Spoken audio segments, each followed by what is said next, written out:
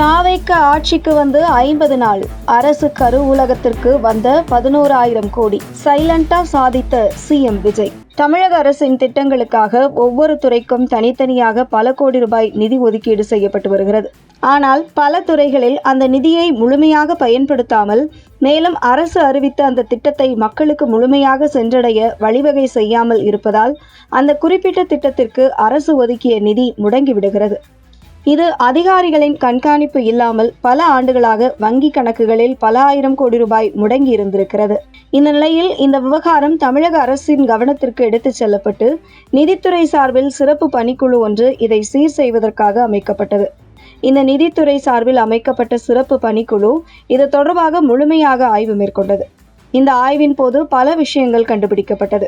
அதில் கடந்த 2021 நவம்பர் 1ஆம் தேதி முதல் 2025 ஜூன் 24 வரையிலான காலகட்டங்களில் பல்வேறு துறைகளில் பயன்படுத்தப்படாமல் சுமார் 11,525 கோடி ரூபாய் முடங்கி கிடப்பதை கண்டுபிடித்திருக்கிறது. குறிப்பாக உள்ளாட்சித்துறை, ஆதி திராவிடர் மற்றும் பழங்குடியினர் நலத்துறை, தமிழ்நாடு குடிநீர் மற்றும் வடிகால் வாரியம், பொதுப்பணித்துறை, கல்வி மற்றும் சுகாதாரத்துறைகளில் அதிக அளவு நிதி பயன்படுத்தப்படாமலேயே முடங்கி கிடந்ததை இந்த சிறப்பு பணிக்குழு கண்டுபிடித்திருக்கிறது. இந்த நிலையில் தேனி மாவட்டத்தைச் சேர்ந்த ராம்கி என்ற நபர் தகவல் அறியும் உரிமை சட்டத்தின் கீழ் இந்த முழு விபரங்களை பெற்றதால் தற்பொழுது இந்த விபரம் வெளி உலகத்திற்கு வந்திருக்கிறது. அதே நேரத்தில் முடங்கி கிடக்கும் அரசின் நிதி ₹1 கூட மிச்சமில்லாமல் மீட்டெடுக்கும் வகையில் செயல்பட்டது நிதித்துறை தரப்பில் அமைக்கப்பட்ட சிறப்பு பணிக்குழு. குறிப்பாக மொத்த தொகையும் அரசு கருவூலத்திற்கு தற்பொழுது கொண்டு வரப்பட்டுள்ள தகவலும் வெளியாகியுள்ளது.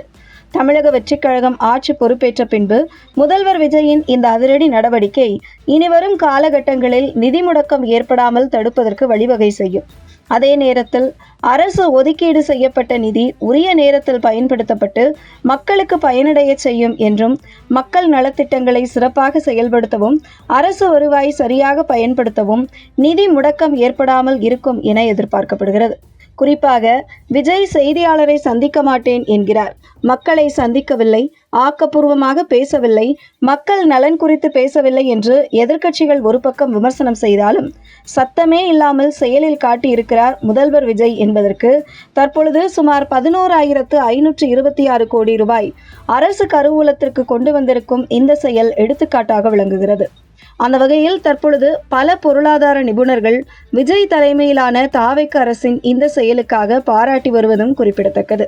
தமிழக அரசின் பல்வேறு துறைகளில் உள்ளாட்சி அமைப்புகள், அரசு நிறுவனங்கள் நிதி வங்கி கணக்குகளில் நீண்ட காலமாக பயன்படுத்தப்படாமல் முடங்கி கிடந்த 11,526 கோடி ரூபாயை சிறப்பு பணிக்குழு அமைத்து உடனே மீட்டு தமிழக அரசின் கருவூலத்திற்கு கொண்டு வந்து ஆட்சிக்கு வந்த 50 நாட்களுக்குள் நடவடிக்கை எடுத்திருக்கிறார் முதல்வர் விஜய் என்பது குறிப்பிடத்தக்கது.